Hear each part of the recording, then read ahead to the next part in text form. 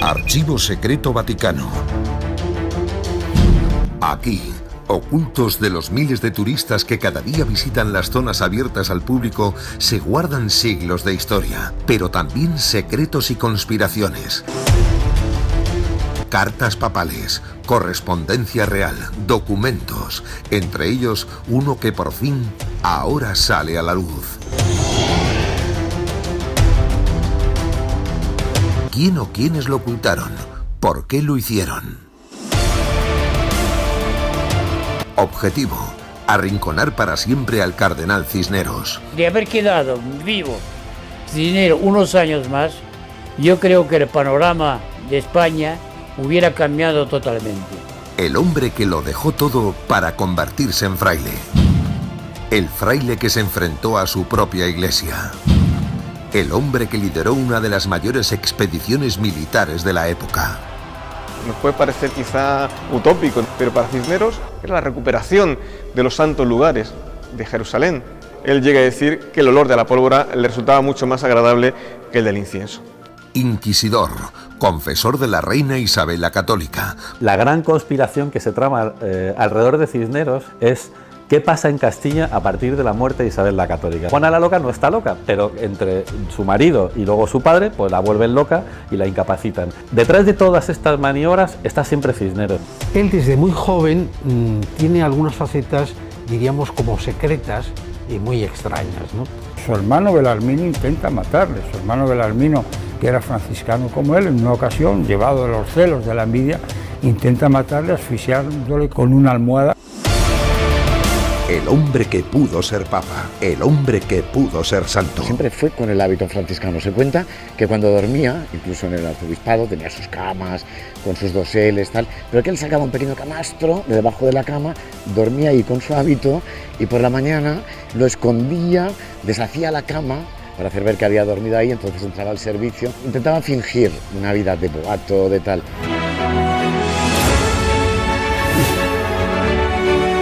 Son muchos los que le sitúan incluso por encima del cardenal Richelieu en Francia. ¿Por qué entonces su leyenda negra? Nuevas investigaciones de expertos e investigadores revelan ahora lo que ocurrió.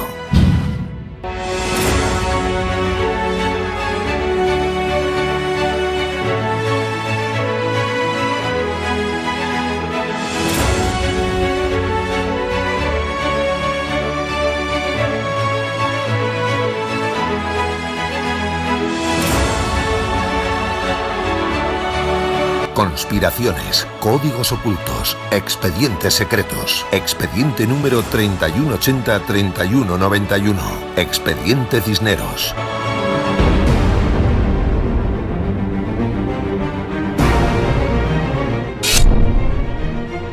Los secretos del cardenal.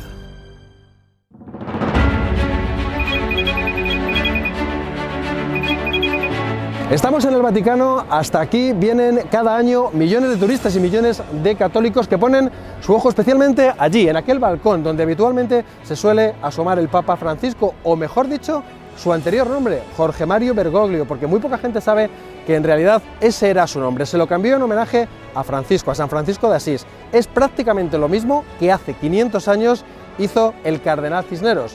Se llamaba Gonzalo, cambió su nombre a Francisco y a partir de ahí una historia apasionante.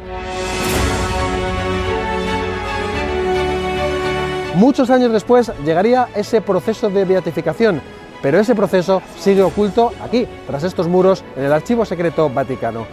¿Qué es lo que pudo ocurrir? ¿Por qué ese proceso finalmente no salió a la luz? Les proponemos que nos acompañen en este viaje apasionante por la historia del cardenal Cisneros, todos los lugares que recorrió, su legado cultural, social, político, en fin, un montón de historias que aún son muy desconocidas. ¿Quieren conocerlas? Buscamos respuestas y empezamos aquí en el Vaticano.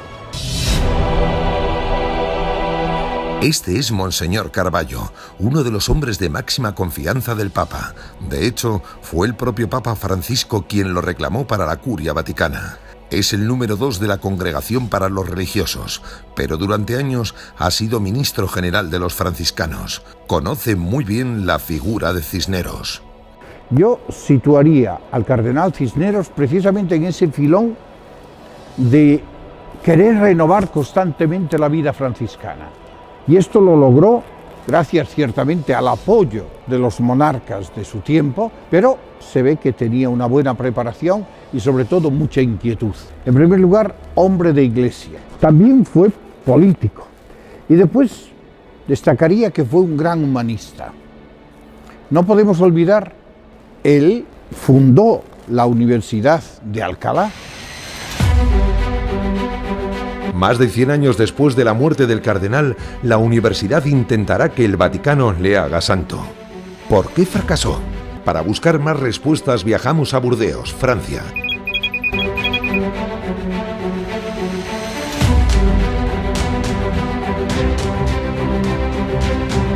Aquí vive uno de los que mejor conocen la figura del cardenal.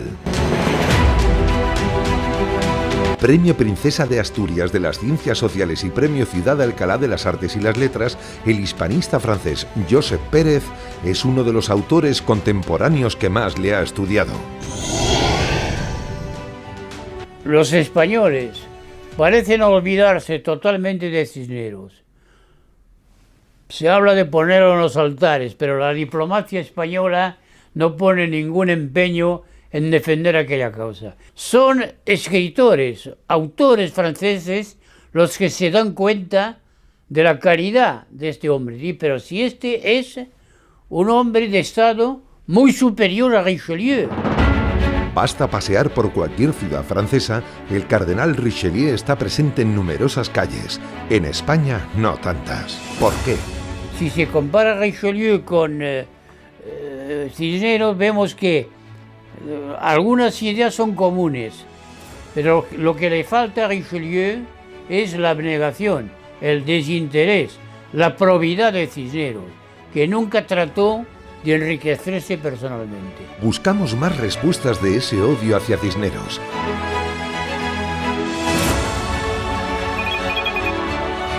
Estamos en Bruselas. Esta fue la patria de Carlos I de España y V de Alemania.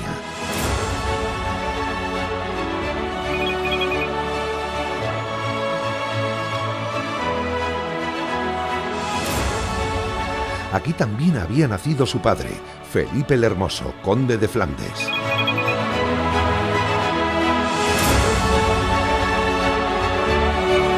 Aquí le vemos junto a Juana de Castilla, Juana la Loca. No es un cuadro tan conocido en nuestro país, pero colaboran con nosotros los Museos Reales de Bellas Artes de Bélgica. Obra del maestro Joseph Sequens, vemos a una Juana embarazada. Esa es la clave. Tuvieron 6 hijos. La política de matrimonios impuestos por los reyes católicos era clave para Europa. Querían imponerse a Francia, su enemigo. Por eso a Juana la casaron con Felipe. A partir de ahí comienza todo una lucha de poder, ya que Juana se había convertido en heredera del trono.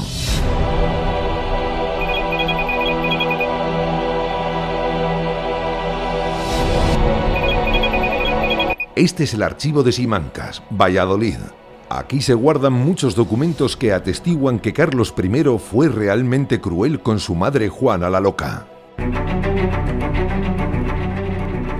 La gran conspiración que se trama alrededor de Cisneros es qué pasa en Castilla a partir de la muerte de Isabel la Católica. Juana la Loca no está loca, pero entre su marido y luego su padre, pues la vuelven loca y la incapacitan. Llegan a firmar entre los dos un acuerdo por el que incapacitan a Juana en un momento en el que Juana está intentando encontrarse con su padre, con Fernando el Católico, y que Fernando se niega a recibirla. Él firma con Felipe la incapacidad de su hija. Detrás de todas estas maniobras está siempre Cisneros. Quien mantiene esta teoría es David Botello, guionista y escritor. Entre sus éxitos, un libro arriesgado del que es coautor, Felipe el Hermoso, Anatomía de un crimen.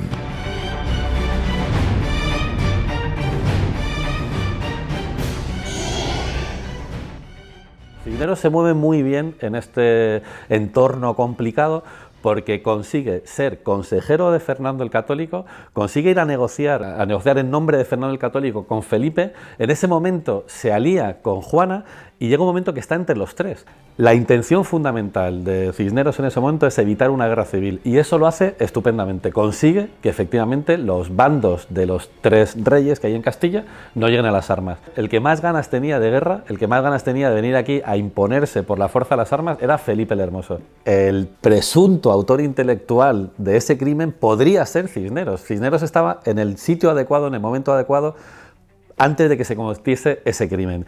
Por supuesto, si es que fue asesinado Felipe el Hermoso, que esa es una teoría que yo comparto, y por supuesto, si Cisneros tenía ese poder que yo le atribuyo, que aparentemente tenía.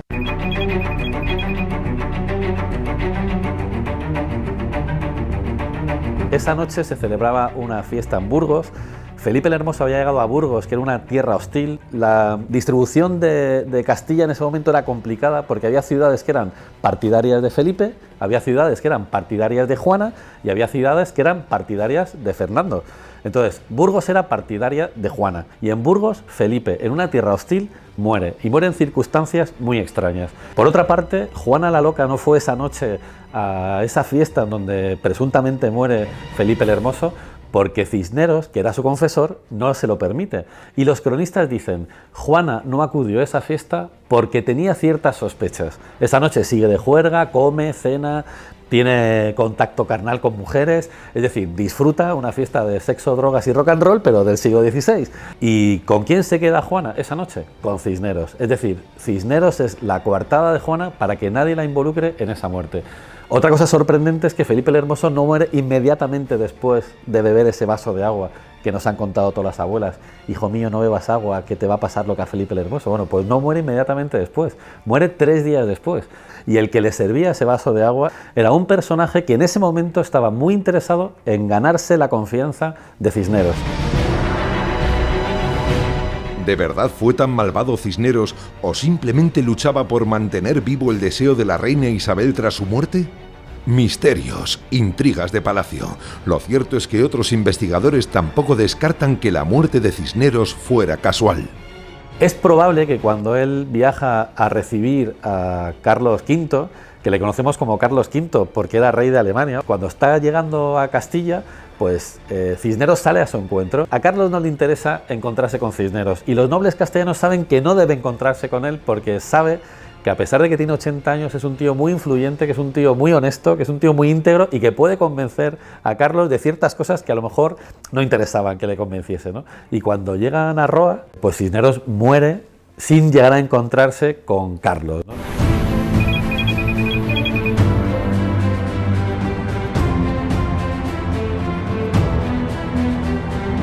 Esta muerte hay quien la atribuye a un crimen también, a un asesinato, a un envenenamiento.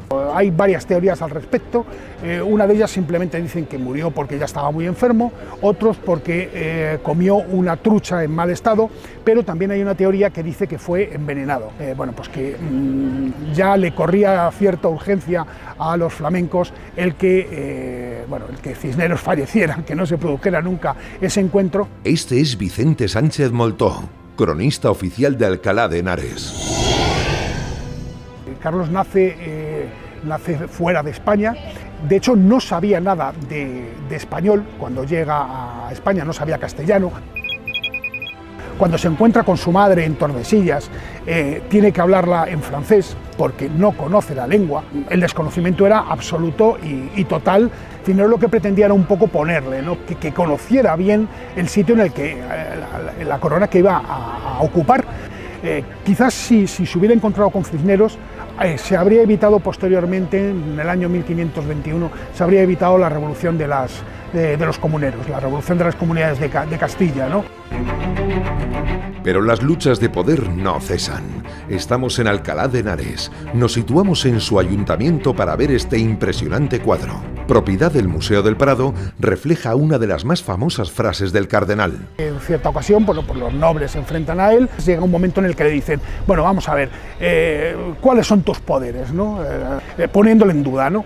Y Cisneros abre los balcones y les muestra toda una milicia que él había formado. Llegó a formar hasta 30.000 personas, 30.000 hombres, una milicia con 30.000 hombres, y pues le dijo aquella famosa frase mostrándoles a la milicia, estos son mis poderes, ¿no? Es el riesgo de ser todopoderoso. Las conspiraciones no cesan. Su hermano Belarmino intenta matarle. Su hermano Belarmino, que era franciscano como él, en una ocasión, llevado de los celos, de la envidia, intenta matarle asfixiándole con una almohada cuando estaba en su lecho durmiendo Cisneros. Y al oído del ruido, la guardia de Cisneros acude, entra en el aposento y ven que el hermano estaba intentando asesinar al cardenal Cisneros. El cardenal Cisneros le perdona. Álvaro Gómez de Castro, su primer biógrafo, cuenta que en alguna ocasión vio a Belarmino circular meditabundo, cabizbajo, amargado, pero hasta en eso demuestra a Cisneros su generosidad. Con todo el poder que tenía, perdonó ese intento de asesinato de su hermano.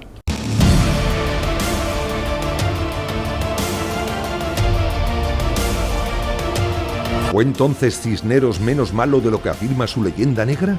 Arsenio López Huerta es historiador. Lo que frena mucho la causa de Cisneros, sin duda alguna, es su actividad en Granada, de la que se podía hablar largo y tendido, porque cuando se habla de la quema de libros religiosos, que no otro, porque los libros de medicina se los trae aquí a Alcalá, donde implanta los estudios de medicina que inicialmente no estaban previstos en esta universidad. Parece ser que además muchos de los Coranes o libros religiosos islámicos son aportados por aquellos creyentes granadinos convertidos al cristianismo para hacer alarde de su nueva fe. Y lo curioso es que ningún cronista de la época, ni cristiano ni árabe, hablan de la quema de libros en Granada. Esto no quiere decir que no se produjera, quiere decir que probablemente no tuvo la importancia que se le ha dado posteriormente. Nadie sabe que cuando estaba en Granada, y que fue tan duro con eso, y que quemó, hizo toda una pira para quemar los libros de los Coranes y demás, se puso gravísimo a punto de morir. Y entonces llamaron a una bruja curandera mora, árabe, y la mora fue la que la curó. El cardenal Cisneros, un simple fraile que alcanzó tal poder que ni él mismo imaginó. Tanto que también se le ha llamado el tercer rey, título del último libro de este hombre. Pedro Miguel Lamet, jesuita, periodista y teólogo, conoce un gran número de secretos de Cisneros. Tiene algunas facetas, diríamos, como secretas. Él tenía una gran afición a las mujeres videntes, ¿no? Al principio de su trabajo como visitador y como reformador de la orden de los franciscanos, pues él fue por el camino de Andalucía y llegó hasta Gibraltar. Una de las primeras videntes con las que se encuentra es en el campo de Gibraltar, yendo a Andalucía con el burrito, con Benitillo, con Francisco Ramírez, que es de algún modo el personaje que le acompaña, y delante del peñón de Gibraltar dijo: ¡ay, si yo pudiera morir mártir defendiendo la fe en África y demás!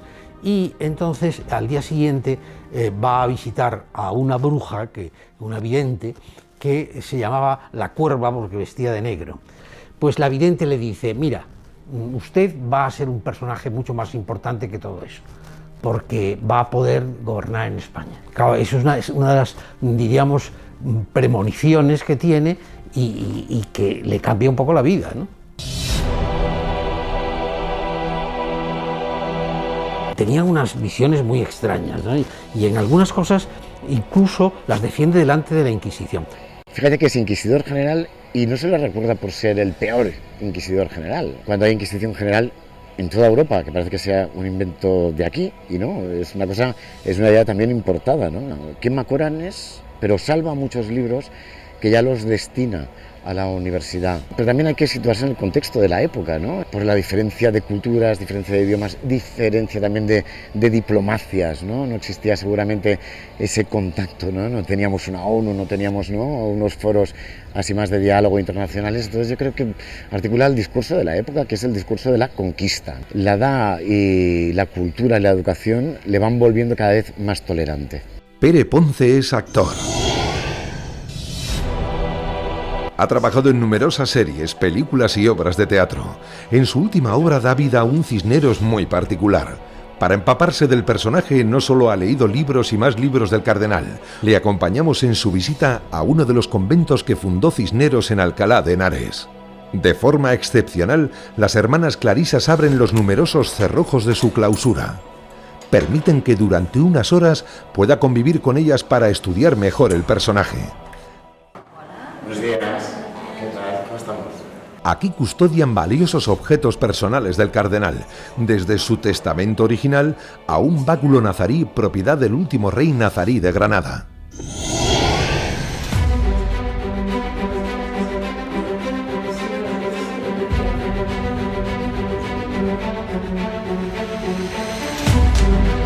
Intentaba fingir una vida de decoro, que es lo que le pedía al Papa, ¿no? De mantener unos mínimos, ¿no? En la vestimenta y tal, pero nunca dejó, ¿no? De tener el aspecto exterior, pero también el interior. En la época la gente utilizaba los cargos para sus intereses privados, ¿no? Se pasaban el arzobispado de Santiago de Compostela, pasa de padres a hijos, ¿no? Entonces, todas estas cosas, dices, claro, él abomina un poco de esta situación y es un poco el que decide llevar una vida más digna y sobre todo dar ejemplo. Yo creo que es un hombre de contrastes, o sea, porque un hombre que vive tan austeramente, que come pues unas hierbas para cenar con agua, que duerme en una tabla, que es un hombre que no acepta de alguna manera el oropel de la corte y vivir con esas comodidades, al mismo tiempo es un hombre de poder y es un hombre que sabe gobernar.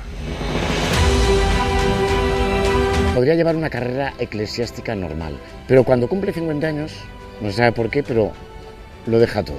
Se retira a un convento en el ala más austera, la más espiritual, que es el ala de la observancia.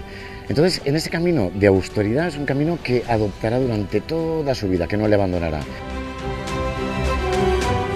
Sí que es verdad que esto le debió gustar a la reina, le debió fascinar porque le nombra para algo mayor. La reina cree que entre los que no ambicionan los cargos es donde hay que buscar a los que lo merecen. ¿Por qué le llamó la reina para ser su confesor primero y el arzobispo de Toledo después? Probablemente por indicación del cardenal Mendoza, que tenía una gran influencia sobre la reina. Si usted nombra a un grande de España, todos los demás se van a enfadar. En cambio, con este hombre, que es un fraile, un hombre de gran probidad intelectual y de gran rigor, no tendrá ningún problema. Isabel la Católica se fijó en Cisneros y le eligió como confesor después de la toma de Granada. Bueno, pues lo primero que hizo Cisneros fue intentar escaquearse. Isabel la Católica tuvo que echar mano del cardenal Mendoza para que convenciese a Cisneros a aceptar el cargo de confesor real. El segundo gran momento de rechazo de un cargo público es cuando Isabel la Católica le nombra arzobispo de Toledo, que era uno de los cargos más importantes de la Iglesia de Castilla. En ese momento, Cisneros, por supuesto, se niega y entonces Isabel ya no recurre al tercer rey de España, sino que recurre directamente al Papa para que le mande una carta diciendo que tiene que aceptar el cargo de arzobispo de Toledo. Cisneros se pliega a su voto de obediencia al Papa y entonces la primera vez que aparece con todo el boato cardenalicio se ha cortado la parte baja de su traje y debajo se ve el hábito franciscano y las sandalias que le acompañaron toda su vida. Bueno, muy reticente, porque duerme en conventos cercanos, no está en palacio, va y viene, sigue pidiendo limosnas por los pueblos, ¿no? Montado en Benitillo, su burro, y entonces es una persona muy frugal, come pan, aceite, verduritas, no ambiciona nada más. Bueno, el confesor real no era solo confesor de la reina, sino también de sus hijos, entonces dentro de ese cargo, pues confesaba a Isabel, que era la hija mayor de los reyes católicos. Isabel llegó un momento que quería meterse a monja, y claro, eso fue un drama en la familia real, porque claro, ¿cómo vas a permitir que una hija princesa se te meta monja cuando lo que hacía falta era casarla con herederos de los tronos vecinos, pues para establecer alianzas estratégicas y dinásticas, ¿no? Y es cuando Isabel la Católica habla con Cisneros y le dice: a ver, Cisneros, ¿qué está pasando? Que se nos quiere meter a monja la niña, ¿no? Y Cisneros le dice algo así como: bueno, los designios de Dios son inescrutables, ¿no? Entonces Isabel le dice que, bueno, que es probable que en esos designios de Dios esté casar a Isabel con el rey de Portugal, que era Manuel. Por supuesto, Isabelita no se metió a monja porque acabó casándose con Manuel de Portugal.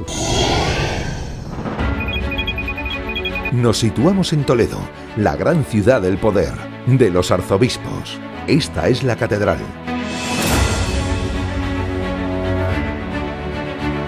Aquí, en una capilla poco conocida, se siguen celebrando misas en el rito hispano-mozárabe, un rito muy especial a punto de desaparecer. La fundó el propio Cisneros. Aquí se detalla paso a paso cómo fue la toma de la ciudad argelina de Orán.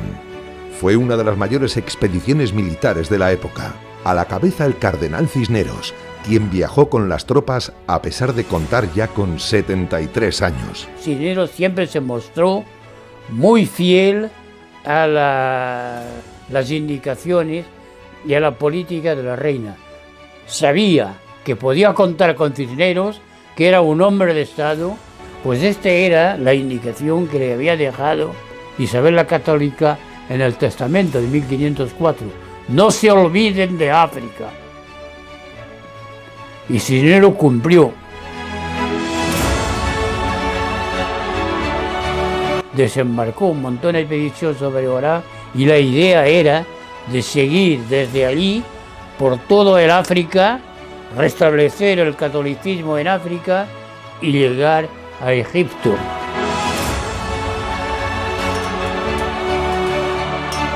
Nos puede parecer quizá utópico, pero para Cisneros era la recuperación de los santos lugares de Jerusalén. Él llega a decir que el olor de la pólvora le resultaba mucho más agradable que el del incienso. Recuperar el espíritu de las cruzadas, eso es lo que pretendía Cisneros.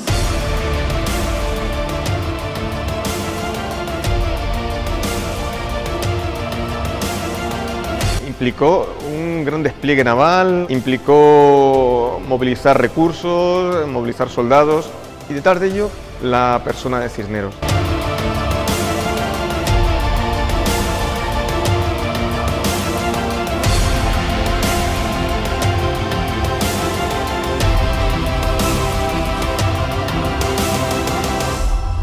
Miguel Ángel Dionisio es historiador y teólogo.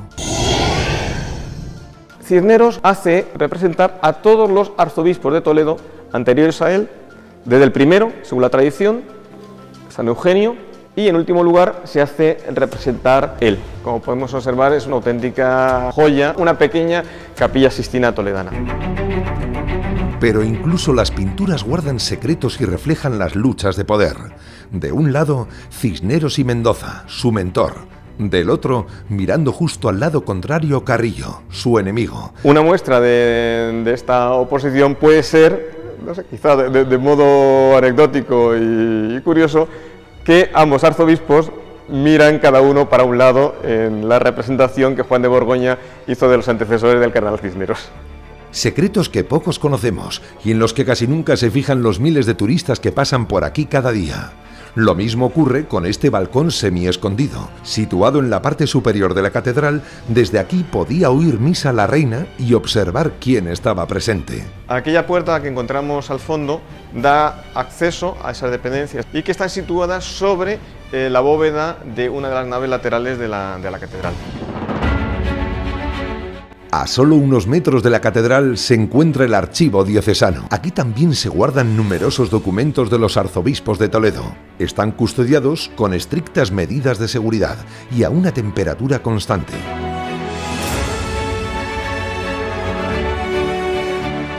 Hoy, de forma absolutamente excepcional, nos permiten sacar de sus fondos el proceso de beatificación de Cisneros.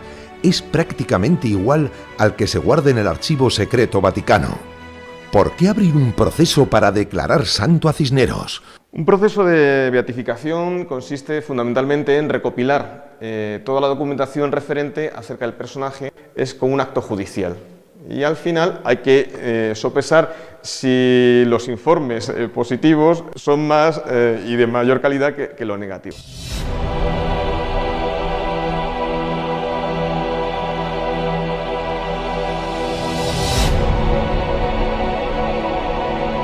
Los procesos se articulan en torno a interrogatorios y lo que se hace es que, en el caso de Cisneros, más de 100 años después, se sienta a personas a hablar sobre Cisneros, es decir, personas que no habían conocido al cardenal de una forma directa. Pues se me ocurre, por ejemplo, en Madrid testifican como testigos Lope de Vega, Quevedo, Gil González Dávila, es decir, personas cualificadas como hombres de letras, incluso historiadores, para hablar sobre Cisneros. Nuevas investigaciones como las de este joven han permitido sacar a la luz ese proceso de beatificación oculto durante siglos en Roma. Tras conseguir un permiso especial para el Archivo Secreto Vaticano, ha podido estudiar ese proceso. Es José Manuel Marchal. Al principio fue por una curiosidad de historiador, ¿no? A ver qué es eso de una causa de canonización, y en realidad fue una sorpresa. ¿Qué pudo pasar? ¿Quiénes o quiénes ocultaron esos documentos? Los franciscanos siguen divididos, están en distintas ramas. Los conventuales, que era una rama que tenía presencia en España en el siglo XV, pero que es precisamente Cisneros el que los reforma, y con el tiempo prácticamente son expulsados de lo que es la Castilla. En España lo que se generaliza es la observancia, y eso pesa mucho. En España, un hombre que les ha desposeído, digamos, de su convento, de sus propiedades, llegue a los altares. Luchas eclesiásticas, luchas por el poder. Al llegar Carlos V a España, lo primero que hace es despejar el terreno, arrinconar a todos los que han sido secretarios, fieles, compañeros, colaboradores de Cisneros. Nada de esto. Incluso se los considera algunos de ellos como heterodoxos, es decir, como peligrosos. El secretario particular de Cisneros, durante unos años lo meten en la cárcel, lo someten a una humillación tremenda, Juan de Vergara, por ser discípulo secretario de Cisneros. Los investigadores parecen coincidir. De no haber llegado la Casa de Austria al reino, la relevancia histórica de Cisneros sería mayor. Además, una fecha le marcará: 1492. Los reyes católicos conquistan Granada, se expulsa a los judíos y se obliga a los musulmanes a convertirse al cristianismo. ¿De verdad fue tan cruel el cardenal? Una forma de hacer política de la reina Isabel era a través de la indumentaria. Cuando llega a Granada, manda a los sastres reales que el rey, la reina y las infantas vayan vestidos al estilo morisco, para dar ver a la población de Granada que no vienen a imponer algo tan importante como es la vestimenta, porque la vestimenta es nuestra segunda piel. Despojarse de esa forma de vestir sería como despojarles la piel. Estas son réplicas exactas de los trajes que usaban la nobleza de la época. Se guardan aquí, en Salamanca. Aquí estudió de joven Cisneros y aquí se ubica el taller de Manuel Sánchez. Hay un cronista, Palencia, que dice: el rey salió a caballo a recibir a la reina en uno de esos encuentros vestido con una marlopa nazarí de seda al estilo morisco. Se pasará de la ropa tosca de la Edad Media a vestidos más elegantes con influencia italiana renacentista. La influencia de la reina Isabel es absoluta. La gran aportación española a la moda europea, internacional, que dura siglos, es el verdugado. Es como si fuera un cancán. La primera función era darle más pomposidad y la segunda, evitar ver que si estaba o no embarazada la reina o la noble en cuestión, porque el nuevo vástago era una razón de Estado y era política, y se podía especular. Esta forma de verdugado fue muy criticada incluso por Hernando de Talavera, confesor de la reina, que en sus escritos le critica a la reina que vaya vestida así, y lógicamente la contestación es de la reina, es decirle: soy la reina de Castilla. Al contrario de lo que significaba el cardenal Mendoza, contemporáneo suyo, Cisneros, como buen humanista, cristiano y reformista, es el servicio a la comunidad desde el conocimiento. Se ve también en el hábito, como los hábitos de Cisneros son de lo que llamábamos la oveja churra, ese tejido humilde que llevaban los franciscanos, que él nunca se desprende. Incluso hasta el propio Papa le recrimina que no vaya vestido con más elegancia, puesto que es un cardenal y regente de España, frente a Mendoza, que va vestiendo con el merino. El merino es la gran lana, es el gran tejido muy cotizado en los mercados europeos a través de Medina del Campo, y es el oro de Castilla.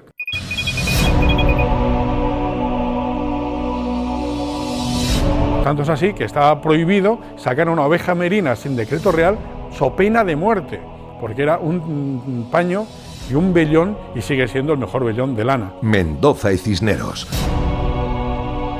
Fue precisamente el cardenal Mendoza quien acogería en Sigüenza a un Cisneros que acaba de salir de prisión. Le habían encarcelado por otra lucha de poder.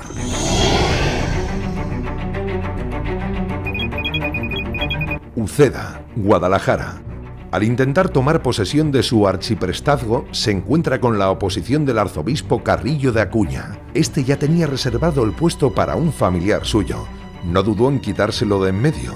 Ordenó su prisión, primero en Uceda, y posteriormente estaría preso aquí, en Santorcaz.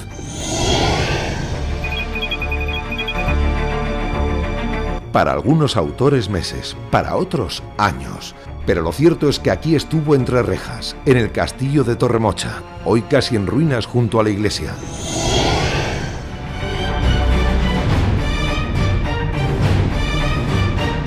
De la cárcel lo sacó el cardenal Mendoza y le trajo a la ciudad de Sigüenza, donde estamos en su plaza mayor. Quien lo conoce bien es la cronista oficial de la ciudad, Pilar Martínez Taboada. Catedral de Sigüenza.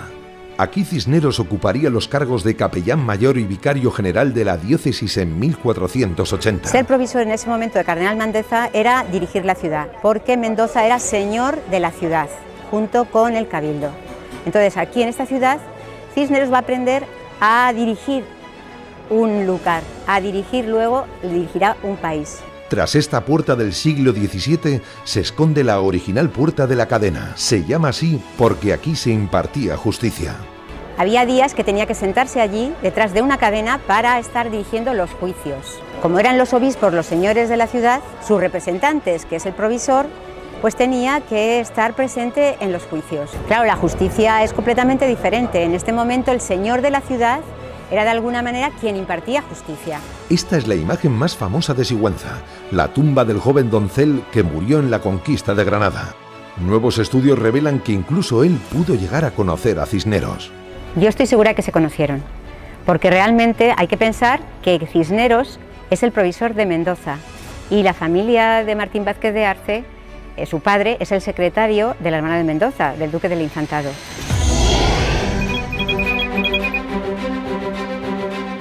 Realmente Mendoza en Sigüenza solamente vino 4 veces, porque el resto del tiempo estaba o en su casa, o en Toledo, o en el Infantado, que es donde se estaba formando toda su familia como humanistas. Allí se formó el doncel. Entonces es normal que coincidiesen en nuestra ciudad los dos personajes, que coincidiesen en esta casa. Hasta 1484 pudieron estar juntos. Si se conocieron o no, seguirá siendo un misterio. Como también por qué Cisneros de repente en 1484, cuando tenía todo el poder de Sigüenza, decidió dejarlo todo. Los grandes historiadores pretenden saber cuál fue el fondo de esa crisis y él se retiró, se hizo franciscano observante y se retiró a la Salceda.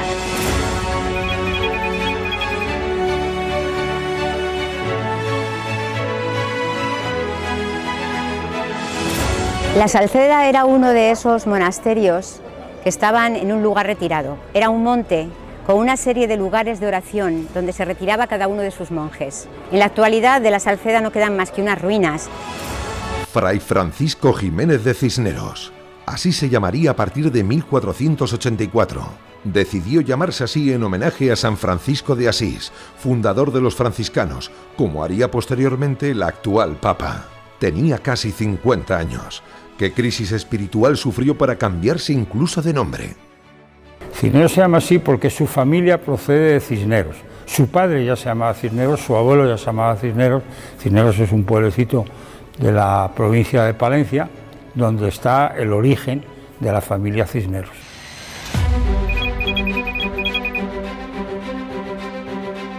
Pero Gonzalo Jiménez de Cisneros, que así le habían llamado sus padres, nació finalmente aquí en Torrelaguna, muy cerca de Alcalá de Henares. Cisneros nace en Torrelaguna probablemente en 1436. Digo probablemente porque es una fecha incierta. Los primeros años de la vida de Cisneros, incluso hasta su llegada a Roma, son años de oscuridad. Y se conoce sobre todo lo de su estancia en Roma porque en el camino, en la parte francesa, cerca de Aix-en-Provence, en compañía de un par de amigos, compañeros de estudios de Salamanca, son asaltados por unos ladrones y estos amigos tienen que socorrerle para poder continuar su viaje. De su infancia prácticamente no sabemos nada, más que estudió sus primeros cursos en Torrelaguna y posteriormente se fue formando en otras ciudades castellanas. Este es Jorge Benito, historiador de Torrelaguna. La familia Cisneros llega a Torrelaguna a finales del siglo XV con su padre, Alfonso Jiménez de Cisneros. Llega aquí a Torrelaguna y se casa con la que será la madre de Cisneros, Marina Astudillo de la Torre. Donde hoy vemos una cruz, se cree que estuvo su casa natal, junto a la iglesia de Santa María Magdalena, el actual ayuntamiento. Antiguamente fue un depósito para el grano que él mismo mandó construir. Cada cierto número de años, aproximadamente cada 4 o 5 años, había una crisis en la cosecha. Los pósitos o depósitos de grano eran los que regulaban los desequilibrios de la economía. No se olvida de su orden. Levanta el convento franciscano de la Madre de Dios, de la que hoy solo queda su espadaña. Uno de los motivos por los que quiso fundar este convento fue para albergar allí el mausoleo familiar, para trasladar los restos mortales de su padre, que se encontraban en el monasterio de San Antonio de la Cabrera, y los restos mortales también de su madre. A partir de entonces, el resto de la casa Cisneros tendrían intención de enterrarse en la iglesia, en la capilla de este convento franciscano. Lo que queda es la lápida del padre del cardenal Cisneros, don Alfonso Jiménez de Cisneros. Fue traída a esta parroquia gracias a la donación de un vecino de la localidad, porque en la demolición que hubo de la casa, de su vivienda, se encontró con que algunos materiales del convento de la Madre de Dios, hoy desgraciadamente en ruinas, fueron aprovechados para muchas viviendas como elemento constructivo.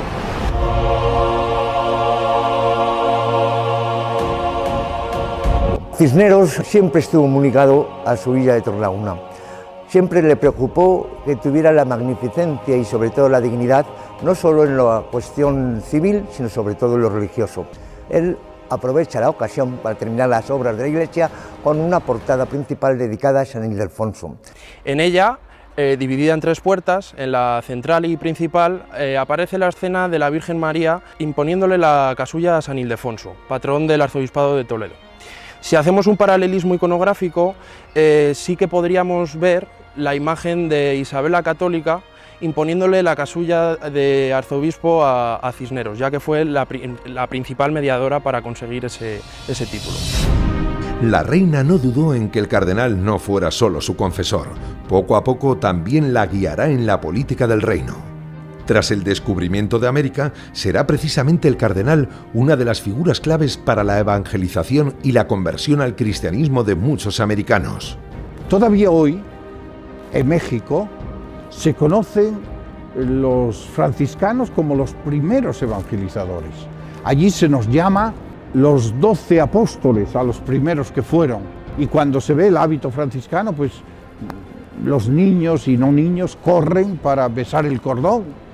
Y aquí quisiera decir que muchas veces la evangelización de América se confunde con la colonización. Los grandes defensores de los indios en aquel momento fueron los religiosos, concretamente los franciscanos. ¿Por qué entonces ese olvido desde las altas esferas? ¿Por qué nunca llegó a ser santo si tenía muchos más méritos e influencias que otros? La monarquía no consiguió que el Papa hiciera santos a las 2 personas en las que tenía más interés, Isabel la Católica por una parte y el cardenal Cisneros por otra. Antonio Alvar es catedrático de Filología Latina de la Universidad de Alcalá, la universidad que fundó Cisneros. Es el momento en que se han hecho santos a Santa Teresa de Jesús, a San Juan de la Cruz, a San Ignacio Loyola, muchos santos. Eso daba mucho prestigio a la monarquía católica, ¿no? De hecho, la universidad estaba tan absolutamente convencida de que Cisneros acabaría siendo santo que construye este patio y sitúa al cardenal Cisneros en esta imagen que tenemos aquí, enfrente de un santo que ya sí que tenía la Universidad de Alcalá, Santo Tomás de Villanueva. Es decir, se le da el mismo estatus, el mismo nivel al cardenal fundador, que no es santo, que a Santo Tomás de Villanueva, que ya sí que lo es. Y en la imagen que se representa del cardenal, se le representa, bueno, pues con los que se supone fueron sus milagros. El sol, que representa el milagro que se cuenta ocurrió cuando la toma de Orán, se acababa el día, Orán no había sido tomado, y se cuenta que Cisneros le pidió al sol que esperara a tomar Orán antes de ponerse, y entonces el sol se detuvo y Cisneros pudo tomar la ciudad de Orán. Es la representación del poder. El gran gobernante tiene que serlo también en su manifestación externa. Por ese motivo, los papas tienen ese simbolismo heredado de los emperadores romanos. Bueno, pues esto es lo que está haciendo también la Universidad de Alcalá. Está haciendo eso que llamaríamos hoy marketing, ¿no? Pero el profesor va mucho más allá. Sus investigaciones parecen demostrar que aquí también se ocultaron mensajes secretos. Esta es una inscripción que no se había leído, estaba muy deteriorada por la acción del tiempo, por el frío, por el sol, y ahí lo que se dice, pura y simplemente, parece que comienza ahí, en ese lado del patio, pone amén. Y si miramos allí, lo que se ve es te amo. Y si miramos la imagen de Santo Tomás de Villanueva, el verbo amar.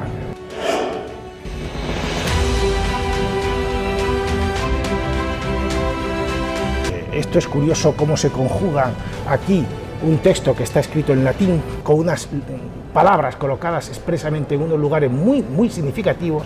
Habida cuenta que son 3, no es casual. Se cuenta, hay una anécdota que parece que es absolutamente real, que en una visita que hace el rey Fernando, el católico, a Alcalá, Cisneros le enseña todos sus edificios universitarios, los edificios que tenía en aquel momento de la universidad, y el rey Fernando de alguna manera le viene a decir que los veía muy poco consistentes, ¿no?, y perdurables en el tiempo, ¿no? Y Cisneros le contestó una famosa frase en latín que ha quedado para los siglos, porque está esculpida en la base de cada uno de los pináculos del patio de Santo Tomás de Villanueva. La frase en latín dice "Lutian olim celebra marmoriam", que viene a ser algo así como hoy en barro, mañana en piedra, ¿no?, pronosticando lo que efectivamente al final ocurrió. La fachada de la universidad, que era una fachada hecha simplemente en ladrillo muy sencilla, a mediados del siglo XVI, ya muerto Cisneros, sería la actual fachada realizada por Rodrigo Gil de Ontañón. La universidad fundada por Cisneros estaba llamada a ser la mejor de Europa. Cisneros puso muchísimo empeño en traer al que él consideraba uno de los mejores profesores de la Universidad de Salamanca, que era Antonio de Nebrija. Le preguntaba siempre por la ventana a su mujer que qué tal estaba el maestro, porque el maestro tenía, no le gustaba mucho el vino, y entonces él se preocupaba mucho de que, porque estuviera en buenas condiciones para dar clase, ¿no? Por ejemplo, él quiere traerse a Erasmo de Rotterdam, que era uno de los grandes cerebros de la época. De origen judío, le cuesta venir y no quiere venir. También invita a venirse a Luis Vives. Luis Vives, a quien la Inquisición había desenterrado a sus padres judíos en Valencia y había quemado los cadáveres, encuentra pocos motivos que le tranquilicen por su llegada a España, pero Cisneros trae aquí a lo mejor, es decir, eso que entendemos hoy como fuga de cerebros. En aquellos años ya se producía. ¿Y dónde estaban los cerebros? En el Colegio Mayor de San Ildefonso de la Universidad de Alcalá.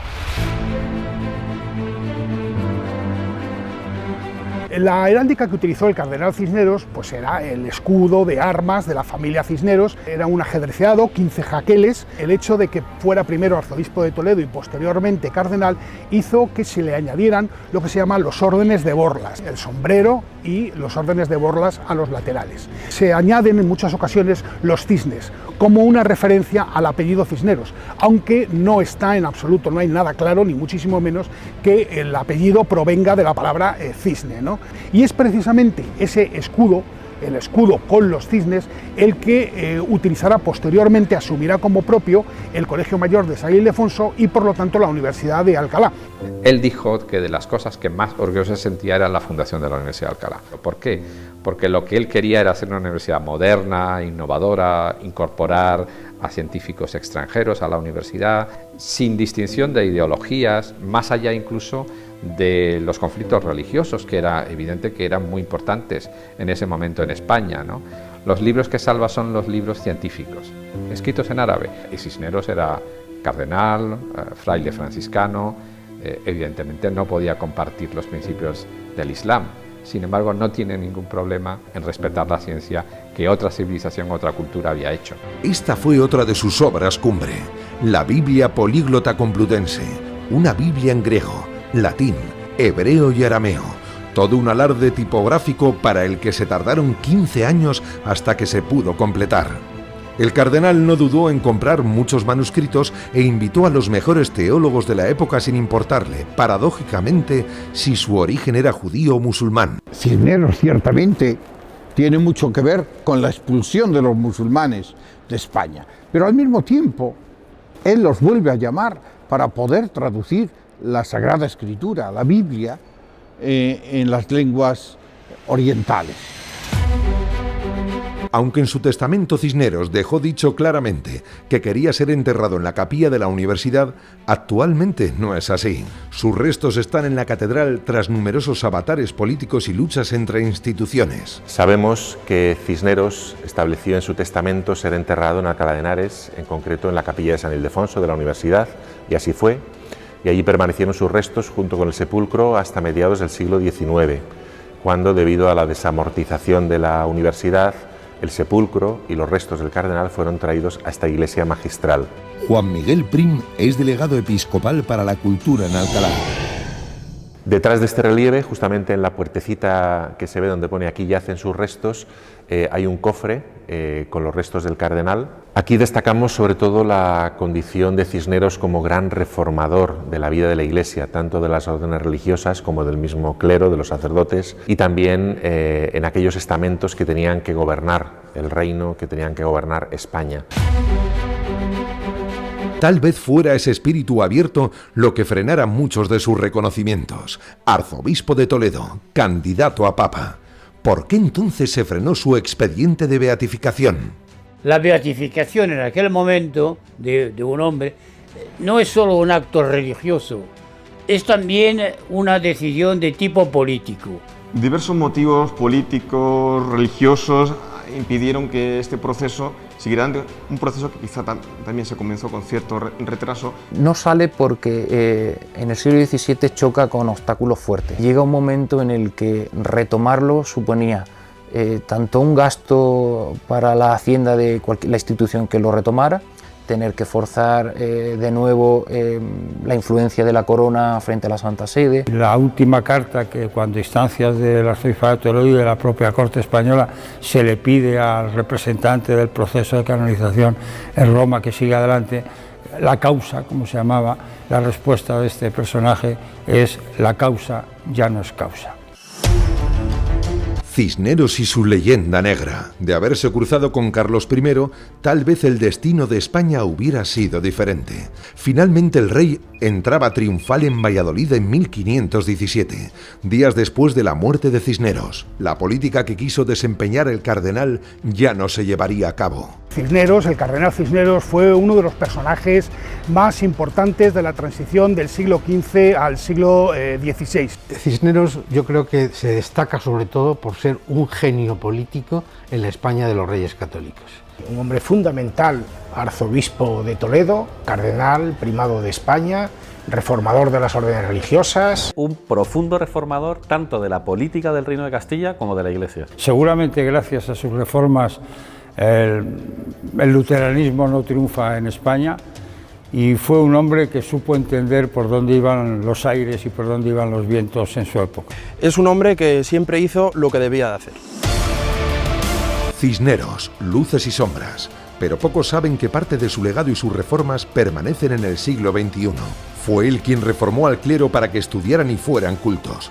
Fue él quien impulsó planes de pensiones similares a los que tenemos en la actualidad. Además, gracias a él, tenemos 2 apellidos en España. Hasta entonces no se inscribían los nombres de los recién nacidos en el registro civil. Pocos saben que con él se incluyó el arma de artillería dentro del ejército. Así fue la vida oculta y no contada del cardenal Cisneros. En un mundo de ambiciones, se puede decir que es un político que consiguió ser no corrupto, es decir, un hombre honesto. El hombre que ponía todo su empeño en defender lo que los romanos llamaban la res pública y que él llamaba el bien común. Cisneros dice una frase que me parece brutal. Dice, el reino no es del rey, sino de la comunidad. Inquisidor y hombre de mente abierta al mismo tiempo. Hombre todopoderoso, pero también fraile sencillo. Contradicciones todas ellas que quién sabe si pudieron conllevar que nunca le hicieran santo. Un proceso que está en Roma, un proceso que está dormido, pero quién sabe. Podemos augurar que en un futuro no muy lejano pues se pudiera reabrir su causa y ciertamente pudiera continuarse reconociendo los méritos de este hombre de Iglesia y de este hombre de Estado. Su expediente, el proceso número 3180-3191, seguirá aquí, oculto para siempre en el Archivo Secreto Vaticano.